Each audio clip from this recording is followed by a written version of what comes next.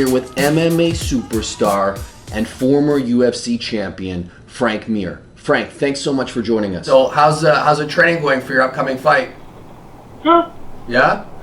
Yeah. What's the coach that you're working with these days? One of the guys' name is Carl Prince, James Horn, and then Robert Drysdale. Oh, nice. And John Wood too. Nice. So John Wood, from Michigan. Yeah. So are you training out of Vegas right now? For this fight? Yeah. And what's the schedule like? Are you going twice a day or what? No, I go twice a day, but I only train once hard. The other time is skills training, and actually my intensity of my training, I've actually started spreading it out a lot more. There's times where both training sessions are not hard, just nice. Because I'm getting older. Yeah. I'm finding that injuries and being burnt out are more of a detriment than being undertrained. Yeah. How is the body these days? Are you feeling pretty good? You got any injuries you're catering to, or you're pretty good? It's just same old. I mean, everybody's beat up and has injuries. Nothing major than knee surgery. Well, that's good. It's getting light. Yeah. And I mean, right now for our podcast, we got a lot of people out there who are, probably thinking the same thing I am. I mean, going into this fight, what's the mentality? What's the strategy? What's the, give us kind of like the Frank Mir game plan. Well, I think that, Javier Ayala, the guy I'm fighting December 14th in Honolulu, I think, he's a really good athlete. He has decent skills everywhere. But I think, I really outskill him in almost every aspect of the sport. The only area is that, he's still a very powerful young guy. So he's still capable of catching somebody. So I look to make sure that the first round is a lot of grappling, but, wear him out, put him in an area that definitely I'm heads and shoulders above him at. And there's not a lot of lucky chokes that happen. I pointed out before, he has a knockout over Sergey Karatanov, who knocked him out in 16 seconds. And Sergey is a very, very good striker.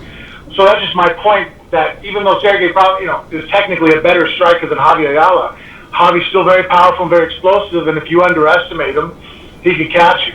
And I mean, what's the mentality when you've been going into fights, and maybe you're not all there, maybe you've got a lot of going on in your life?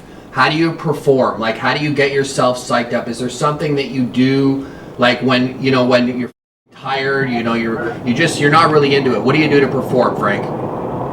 Well, in those days, if it's a day I have to perform as a gut check, I just focus on little things.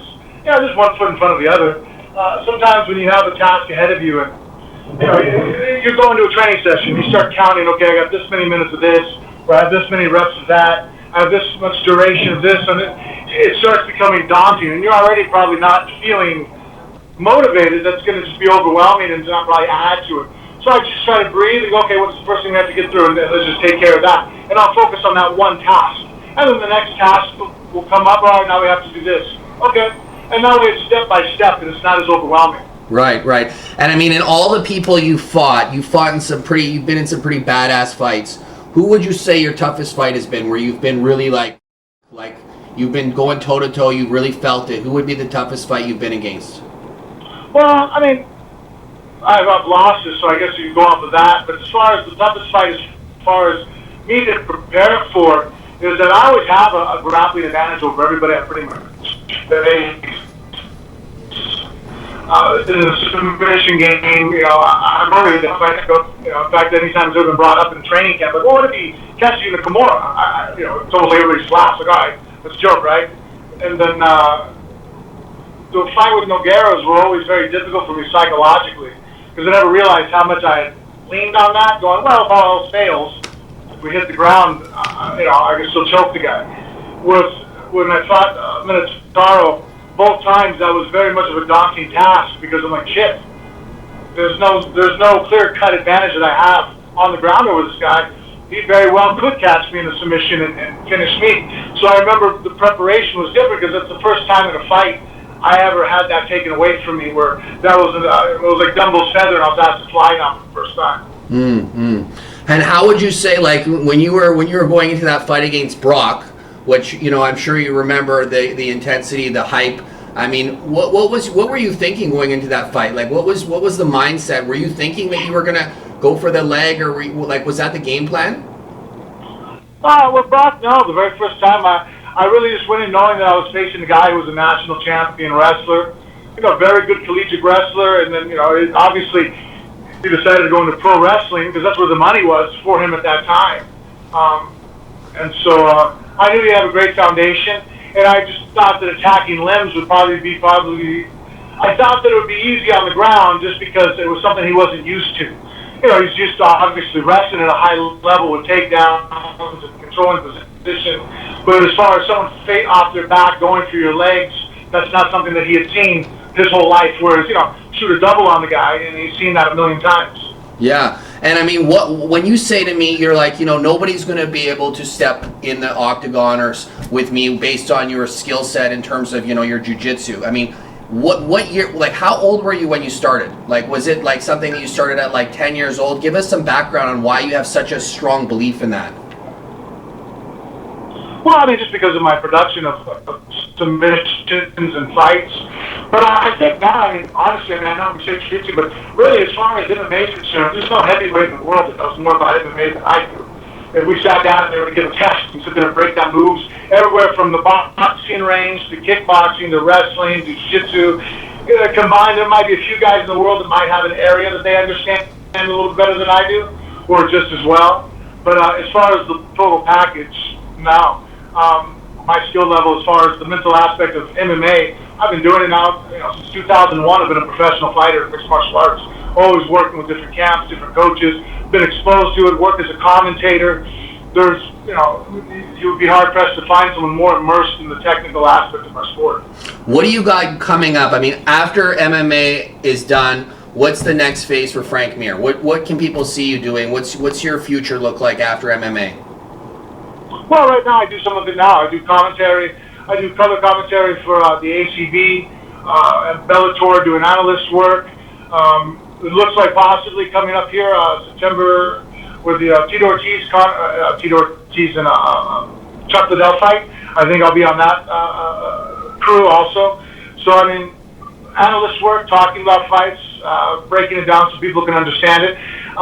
Some people can break down a fight when it's said and done and very slow, but I don't think anybody does it better than I do on the spot. Fast, pointing out the flow of what's going on and explaining to people what's happening in the fight. I remember, Dean was telling me back when Dean was managing you that you were a doorman back at the day, when you were, what was the club, Spearmint Rhino you were working at for most of the time? Yeah. You ever miss any of those, like, those kind of brawls? You ever like getting down? You ever think back and you're like, oh, I missed that. I wish I would have got, get a little bit more of that taste of that action. Do you miss that ever? Fighting in a street fight has its advantages, but that sensation I get to feel when I'm in the gym training with people. As far as a hard sparring session, hard training, and getting to have an adrenaline dump and a fierce battle. The only advantage that sometimes was fun about being in a fight, not in a professional setting, is that you get a good night's sleep the night before. You're not thinking about it. Like everybody talks about street fights. So I'm like, dude, street fights are easy. Yeah. Everybody can be a street fighter. Yeah. If I jumped you right now, you're not going to fight me back. Yeah. I mean, if I started punching on you and I cornered you in a room, you're going to fight. Yeah. Everybody fights. But if I sit there and go, hey, tomorrow, if you show up, I'll give you some money to fight this guy who's very dangerous.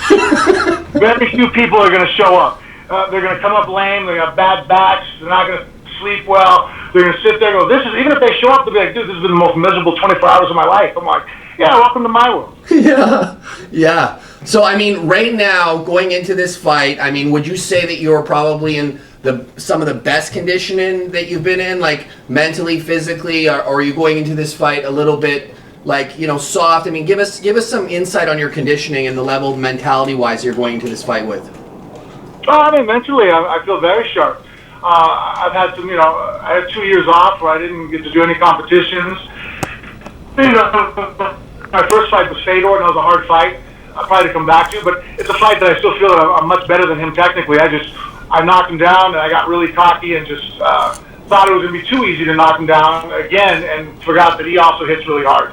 So I got caught in that fight. But then I've had 2 grappling competitions since then. and so I fought. I got a gold medalist in judo, and it was my first time doing a grappling competition a long time, and I lost because it's basically takedowns, for lack of a better term. I don't know whatever Shidos are. And then I fought Forrest about 2 weeks ago. We fought in a grappling match. One on points on that one. But Forrest and I have trained together so many times that I didn't really see it possible for me to submit him. He kind of knows all my best tricks. It's like having a wife for 17 years. She knows all your stories, you know? Yeah. Well, my money's on you, so that's why I kind of been pressing that question, because I'm betting big on you this fight coming up. What about what about supplements? Are you using any supplements right now? Anything at all in your arsenal? Well, right now, I mean, obviously you have to be big on protein, especially because I try to avoid red meat and a lot of chicken. You know, I basically try to be pescatarian as much as possible. Yeah. So that doesn't make it easier if you eat. I mean, there's times I eat complete vegetarian meals. So to supplement my protein intake, I take a lot of protein shakes. Nice. And then I take glutamine before I go to bed at night. I'm big on vitamin D and vitamin C in the morning, and then I take a multivitamin on top of that. I just try to get additional. Not because I think that taking extra vitamins is going to make me perform better, but I'm positive that if I'm deficient in something, then it'll hurt and hinder my performance. And then I take magnesium if I start cramping up. I have a fizz that I like. So, and then honestly, right now, not that Nutrabolics has a something like that, I'm not aware, but I've been working with a company doing a lot of CBD stuff. Nice. And I know as far as inflammation, you know, hey, well, you guys are legal for everything now, federally up there. Not federally, you know, countrywide. Yeah. But I really am a strong believer in CBD now. Nice. And what about like sex pre-fight? Are you going like, can you do the whole month that a lot of fighters do? A week, a day? Like, give us the rundown on that. An hour? My opponents probably don't want to hear this, but some of them can probably know I've had sex right before I fought them. You know what I mean? Like, no, I mean, wow. Sex is a relaxing thing. Yeah. The whole testosterone. In fact, actually, everything I've ever seen on studies, people who aren't having regular sex, it actually drops your testosterone. So I think that, I mean, obviously, I'm not going to have a marathon session with the wife and all of a sudden shoot my legs off, you know, I mean, and I, you know. But I mean, I'm not going to run around for 2 hours either. So, right. As long as you're having, you know, a normal, laid-back sexual experience, I think it's good for you. You know, everybody's wound up and tight. You're frazzled that day because it's stressful that you're walking out in front of thousands of people. Millions of people are going to be watching.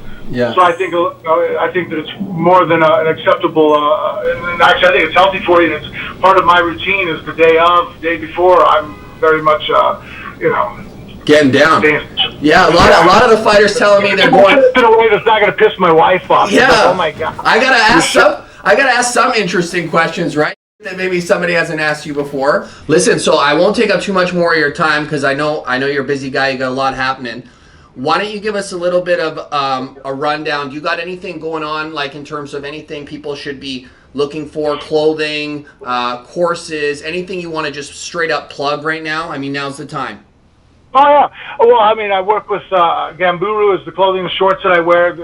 I love the company. It's a great, you know, things for me to perform in well. I've been working with Black Belt CBD right now, so that's who I've been using all their CBD products. And I'm actually going to be in England next week doing some seminars and getting some training in with one of my trainers before I head off to ACB. I'll be with Carl Princey, and then we'll be in Moscow. So we're calling the fights for ACB on the 10th.